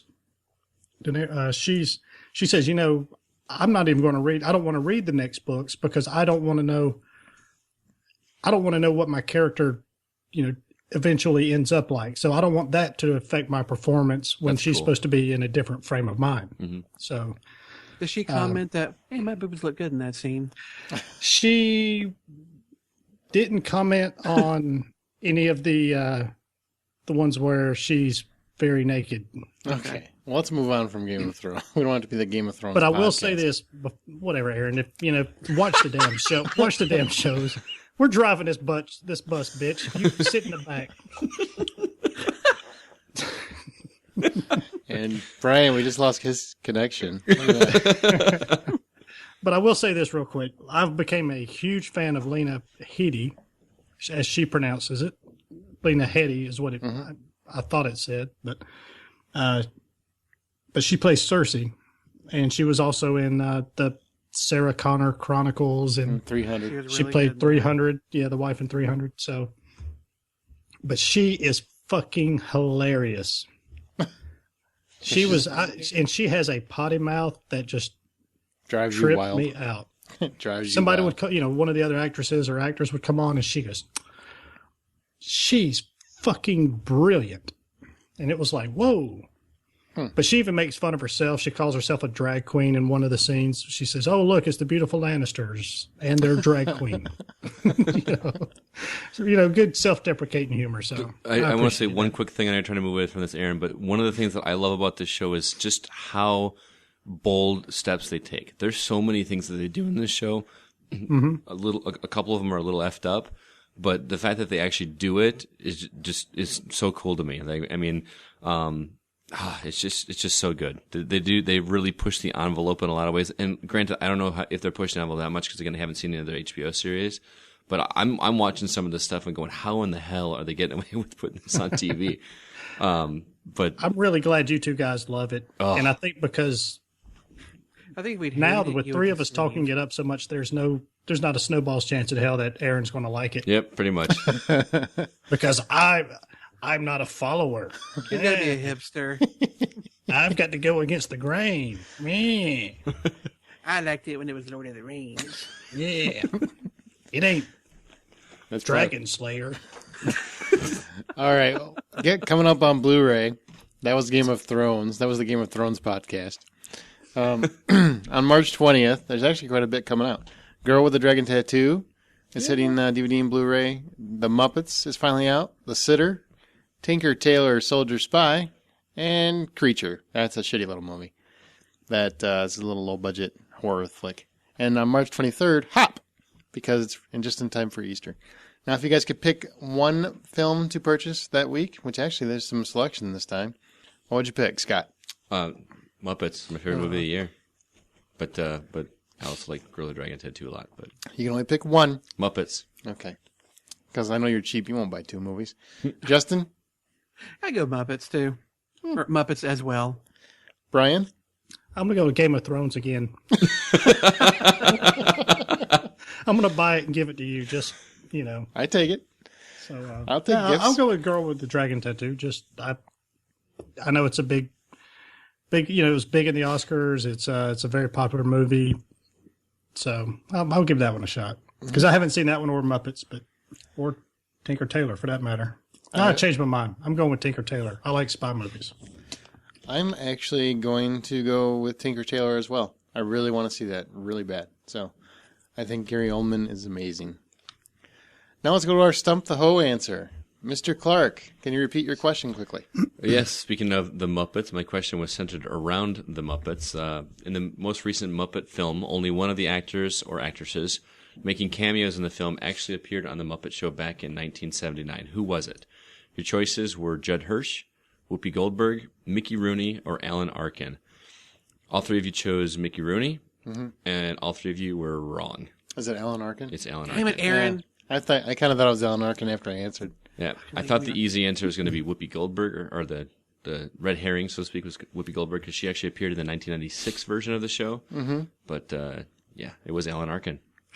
Shit, that was my gut reaction. But when you two went with the other one, I thought, God, yeah, that kind of feels right too. Yeah, that's why I'm not a follower. Aaron, you're so dumb. Now I'm gonna have to fucking ignore your answers from now on. He's never going to watch Game of Thrones now. You know that. I'm going to watch it. I've got it sitting over here. Yeah, you Scott do. brought it for me, so I'm going to have to watch it. Doesn't mean I have to like it, especially if it's just like Lord of the Rings. Speaking of Lord of the Rings, It's just like Lord of the Rings. It's just a bunch of people walking. And effing I can feel Justin and drinking. Except this time they're all naked and they kill a few people. Ooh, yeah. Hit me with that unknown shit. Flashback.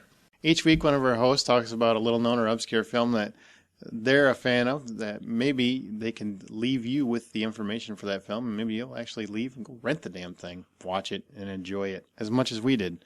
This week, it's Justin McCumber's turn. Justin, what is your movie? All right, lately we've been getting way too many recent films. I wanted to go back into the archives a bit. This film is one that I think a lot of speculative fiction fans are aware of, and some movie buffs, but I'm constantly amazed at the number of people who have never heard of this movie. And if I were to ask you, and not you guys, because you probably know it, but just go walk on the street and say, what movie did Ridley Scott direct that starred Tom Cruise? What is it? Legend. And I guarantee you, fuck off. I guarantee you most people are not going to know the answer. And I'm constantly shocked by that, given Ridley Scott's fame and, of course, Tom Cruise's mega fame. You would think any film that had both of them, on board it would be known by everyone, but it's not. And yeah, as Aaron said, it's a film called Legend. It came out in 1985. Directed by Ridley Scott, stars Tom Cruise as Jack, this woodland boy, Mia Sara, that most people would know as Ferris Bueller's girlfriend from the Ferris Bueller movie. Tim Curry as probably the most evil and incredible looking devil character that I have ever seen. And the film just follows Lily, or Mia Sara's Lily. She's a princess. It's a complete fairy tale of a movie, but she's a princess and she wants to go into the woods to see her friend Jack.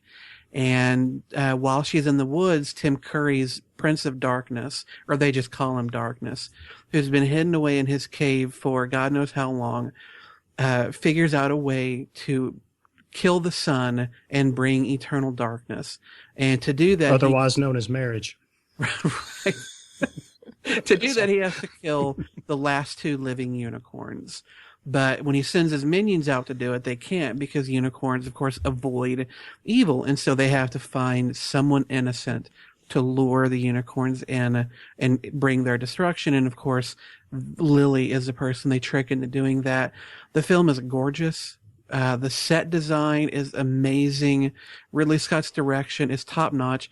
Tom Cruise is actually kind of miscast as this character. He's, as a woodland, elf kind of character, he really doesn't do the job all that well, but I don't think he detracts from it.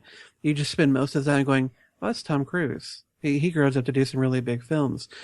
It's a film told as a fairy tale, and it's very much of that flavor. And I love the way the movie tells the story of Jack having to save Lily, stop darkness from bringing eternal night to the world. And, how does a woodland little guy defeat this monstrous looking devil looking character? The music, it's one of the odd things is that when it came out in the States, for whatever reason, the original score that had been done by Jerry Goldsmith was replaced with this weird kind of techno-y score by Tangerine Dream. And when I first watched the movie, and I think for most people in America when they first saw it with that Tangerine Dream score. And I never really knew any other way to watch it until I got older, and they released a new version on DVD that had the movie as it was released in Europe with the Jerry Goldsmith score, which is much more of your standard kind of orchestral piece. And I think it works loads better for that film. And so maybe those people who only saw it once, saw it with that stupid Tangerine Dream score and never went back to it, maybe they should revisit it with a good proper score. But it's a lovely movie. It's only an hour and a half. It's beautiful from beginning to end, and it's one of my favorite films. Tim Curry's Darkness just steals the show at every turn, and it's just marvelous. So I hope other people who maybe haven't seen it or saw it a long time ago go out and check it out. It's fantastic. It is it is a little dated, but that is a good movie. Legend is pretty good. And that was Justin McCumber's pick for Flashback of the Week. Now let's move on to From the Outside In. This is basically our last thing of our show, where we talk about something that's on ours, our listeners' minds. With Hunger Games coming out, we thought we would kind of go over what our favorite, most faithful adaptations to hit film and TV are, and why. So, in terms of both novels, graphic novels, whatever the case may be, basically written medium being adapted to a filmed medium, whether it be film or television, what's our favorites? Game of Thrones? We're done? Yeah. Game over. There. Now, does it have to be faithful? Because there are some adaptations that I love, but they're not necessarily all that faithful. They just take what the book did and do it just as well, and maybe in a couple of occasions even better, but they do it by not necessarily being slavishly faithful to what they're adapting. Like, what are your couple examples? I like Shawshank Redemption. Oh, the original story by Stephen King is entitled Rita Hayworth and the Shawshank Redemption, but within the book, in the movie, the great villainy of that warden, I think, is half of what makes that movie. But in the book, they go through a series of wardens. And so that character and that arc with, our lead isn't really present in the book, but in the film it is. And I think because it's a film, that works. And I think that's one of the few occasions where the book or where the movie is better than the story it's adapting. And I like Rita Hayworth in the Shawshank Redemption, but the film, damn, that is good. Mm-hmm. So something like that. Or, you know, Lord of the Rings, they're faithful somewhat, but there's a lot that they, of course, had to leave out. And some things they left out just because they don't work as a film.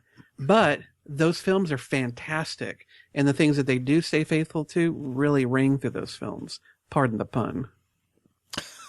Pardon. I didn't realize I was making it until it came out. Mm-hmm. What about you guys? Because I know Justin, he can go on for a little while on this Yeah, one. I'm stopping now. Scott? Mine's an easy answer. You probably already know what I'm going to go with, but it's I one have also no that idea. Fight Club? Yeah. Oh. It was actually because it's one that I thought that the movie was actually better than the book. Because if you read the book Fight Club, it's a lot of real quick, repetitious conversation that goes back and forth that can be kind of hard to follow if you're reading. I mean, it writes pretty well, but it works so much better in a film with a voiceover, but it also stays true as far as the spirit of the film, which, you know, is obviously very dark, but it's one of my favorite movies of all time, and I thought I thought that it was better than the book. So, Brian? Lord of the Rings is actually, you know, I guess probably the most popular answer, I guess, for a relative stiff. But I was actually going to go with To Kill a Mockingbird. Oh, nice. Kind of go old school a little bit. I mean, the book is a classic, and the movie actually, I don't know if it's better, but it's one of the few movies that actually does it justice. You get the same feeling in the movie that you do reading the book, and you know, with Gregory Peck, and it's just a great movie, and really one of the classics of all time, really, but probably top 50, maybe top 25, but yeah, that would be one of them. My personal pick was Jaws. Jaws is one of those movies where I actually read the book before I saw the movie, because my mom was going to take me to see it. I mean, that's how long ago it was. I was a little kid. Real little kid, actually. My mom was messed up. I was going to say, When they had piano players off to the side to play the music. I was a very little kid, but I think it was probably a re-release, so it wasn't like the first time it came out. But the book, it's very much, exactly what the movie is, whereas a shark is terrorizing a small town and a sheriff has to deal with it. But the way that the movie brought that to life and actually made it terrifying was just amazing to me. Because you have it in your head, and the book was very good, and it was not great, but it was riveting. And the movie made it even better. I mean, it took that and it just ratcheted it up quite a bit with various elements of the score and the obviously not having Bruce the Shark working correctly, so they had to hide it a lot. So that made it less of a monster movie and more of a what's under the water kind of movie. It just, to me, it really, really brought what I had read to the screen. And also, and this is probably as a Stephen King fan, The Shining, not the film Shining, but the miniseries The Shining. I'm not really a fan of the movie The Shining, mostly because I had read the book and it's nothing like the book. And Justin, it is so different. Yeah. Yes, it's not. I'm not saying the movie is bad by any means, because I know a lot of people just love that movie. But if you read the book, there's no way if you're a huge fan of the book, there's no way you love that movie. I don't see a way that you can, because it's so different. And you have such a vision of what that should be, and it's nothing like it. The miniseries that they did, not too many years ago with what's his name from Wings? Weber. Yes. Steven Weber. Steven Weber. Was actually very faithful, and it's low budget because it's a TV movie, but it was really good. I thought it was really good, and it was also, I finally saw the book that I had read brought to the screen. I was very excited about that. Mm-hmm. Go ahead. Well, kind of in that TV vein, though, I and this will be a pun when you hear it. Back a long time ago, when they did a TV miniseries of Salem's Lot, mm-hmm. I thought was a fantastically done miniseries, and it horrified me so much. I know I lost sleep for at least a day watching that film as a child, and they later remade it into another miniseries. And unfortunately, in this case, I think the more modern one, while more faithful to the story, I didn't find it nearly as horrifying or captivating as that original TV miniseries was for Salem's Lot. Another one, and I granted I could easily go with like the fantastical ones like Harry Potter and that sort of thing, but one that I thought I was a huge fan of the book, and I was really worried the movie was just going to suck balls, was The Pelican Brief, and that is I really like legal thrillers, but to me, a legal thriller on a book never translates well to this. They always get something wrong in the translation. I thought they did a really good job by casting Denzel Washington, even though. If I remember right, it's been so long, but I thought the character was white in the book, but they never made it an issue in the movie. It was a really good translation as far as I'm concerned. Denzel played Greg Grantham fantastic. It was nice to see something that I was a huge fan of brought to the screen and done well. And unfortunately, most people don't really remember that movie because it was kind of like I'm sure it was a hit when it came out, but then it kind of went away and nobody thought more about it. But I love that book. Love that book. We should make sure and mention The Princess Bride. Yeah. As such a good film and a good adaptation of the book. And we really haven't brought up comic books any, but I do need to mention The Crow. I think the original Crow film took the comic book and adapted it into such a way that I think it elevated the story. And I think the movie hits me harder and better than the comic book did. Yeah, very much. I love The Crow. And granted, I mean, the death of Brandon Lee doesn't right. Kind of helps that elevation. Sadly, it kind of does. Yeah, it does. It does. Because he's dead, and the whole time you're watching him, he's playing a dead guy, and that it can't help but kind of color it in a strange way. It does add something to it in a sad way. And if you want to talk graphic novel, comic books and graphic novels, Sin City, it looks like it was it's pretty good. lifted from the panels. I mean, just phenomenal. Watchmen is often thought of, I don't know, parts of it, but they left out They so changed big pieces of that. They changed a lot of it, and they left out the Black Freighter, and too much Big Blue Dong. Yeah, too much Big Blue Dong. Don't be jelly. Too much. It's one of those things where, that could have been a great adaptation, but they were trying so hard to be faithful to some areas, but not others, that they focused way too much. Like you need to see his big blue penis running around. You don't. Right. You really didn't. He could have had on underwear. That wouldn't have affected the storytelling in any way, shape, or form. 300 was good. You just showed him from the waist. Showed it the one time, so you realize he's naked, but then you just show him from the waist up or something. Wrap it up. Yeah, exactly. I mean, there's a billion ways of getting around that. It was just so distracting. And I thought 300 was a really good adaptation of that graphic novel. Yeah, because that graphic novel is pretty straightforward. Right? Mm-hmm. It's just men fighting men, which is what all 300 was. Right. Arg. I don't know. Any closing ones before you go? What do you guys think? Harry Potter, does that count? You think that was pretty faithful? I didn't really read the book, so I really don't know. It's as faithful as it can be, but fuck, you're talking, especially when you get into, book 4 and beyond, they're doorstops. They broke the fourth one or the seventh one up into 2 movies, and the movies suffered from the same boredom as the book did. So they did as well as they could, but they left a lot of interesting stuff out. But if you're a real fan, you'll read the books and you'll know what it is. Mm-hmm. They're okay. My obscure one is 13th Warrior. With Antonio Banderas. I never read the book. Was it good? Yeah, it was a Michael Crichton book. I mean, it was pretty, pretty Jurassic Park. Shit, if we're going to talk Crichton, man.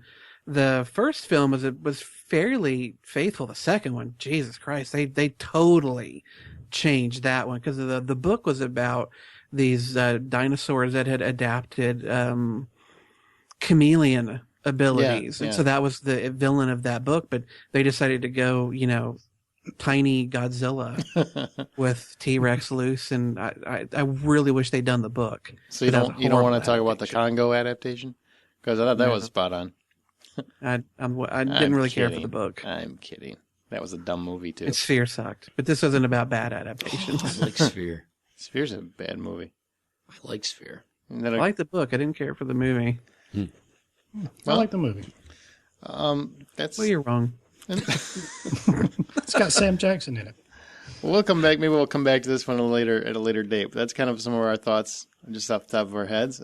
Like we said, Hunger Games coming out March 23rd. Make sure to check that out. And I say go see John Carter because, I'll go see it. I do want to see it. You got to. I really want to see what Justin thinks about it. I think you're going to love it. Well, that is it for our podcast. That is pretty much what we had to talk about. Lots of stuff. I hope something sat well with you. I want to thank each one of the podcasters. Brian Williams. Thank you, Brian, for being here. My pleasure. I know it is. And Brian is available at Brian WMS. He's got a novel coming out. Oh, wait. No, he doesn't. But he did write it on a napkin that he's willing to sell. So No, but I do have a coloring book I'm working on. Stay in the lines. But Justin it only takes white. Justin McCumber. Wow. God. That was so clever in like 5 different ways. What a dick. Justin McCumber of the Dead Robot Society podcast. Thank you, Justin. It was your pleasure. It was. And Justin's available on justinmccumber.com as well. And also his book, Haywire, is in stores now. It's available on Amazon and as paperback as well as Kindle and Nook, correct? Barnes & Noble, Smashwords, hopefully soon the iBook store, Kobo, Sony e-reader, all those. Sweet. So pick that up. It's called Haywire. It's awesome. As other people have said that's not me. Yeah, that's not him. Other people. His mom. Right. His wife. Scott Clark, thanks for being here. You're welcome, man. It's a pleasure as always. He's also the host of the Official Thread podcast. That's a podcast for gamers, and it's available at Official Thread on Twitter. You can find us on thehollywoodoutsiders.com anytime you want, thehollywoodoutsiders.com. And we don't do constant news updates and everything, but that's where the podcast episodes and that sort of thing are at. We're available on Facebook at facebook.com/thehollywoodoutsiders. You can email us with any questions, stump the hoe questions you might have, or thoughts or ideas you have at feedback@thehollywoodoutsiders.com. That's feedback@thehollywoodoutsiders.com. I'm out. 3 strikes. Jesus. Tell your friends, subscribe on iTunes, Zoom, Google Reader, listen on your Stitcher Radio app, give a thumbs up if you do, or just any plain old RSS feed. You can make sure to Twitter us at H_outsider. Follow us there. That's H_outsider. As always, stay through the credits for outtakes. Anybody have any parting thoughts before we go? Brian, you don't need to play any more clips. We're good. But they're so good. Cowboy up, motherfucker. All right. Well, with that, we are the Hollywood Outsider. And remember, the next time that you go to a theater, buy popcorn.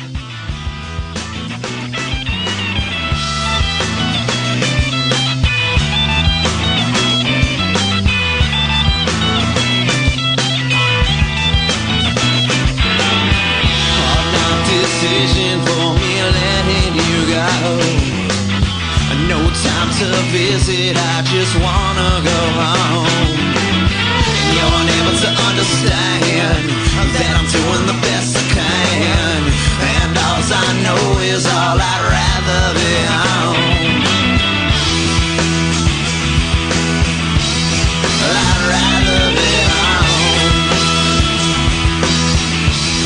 I'd rather be home.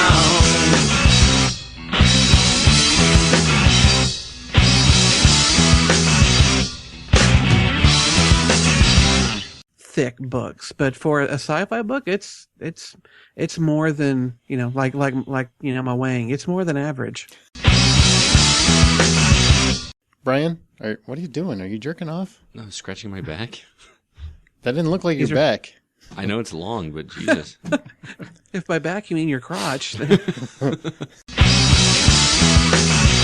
Just have to fall asleep. You're not a big 24 fan. No, but I wanted to at least be somewhat prepared for it. I mean, his wife dies at the end of the first season. Jesus. Oh, whoops! Did I say that? Are you done? A minute now. Are you done? Sorry, I thought that was funny. I laughed out loud at the last show. It was I laughed. Hey, Scotty, I laughed. Ha! Okay, here we go. Winter is coming.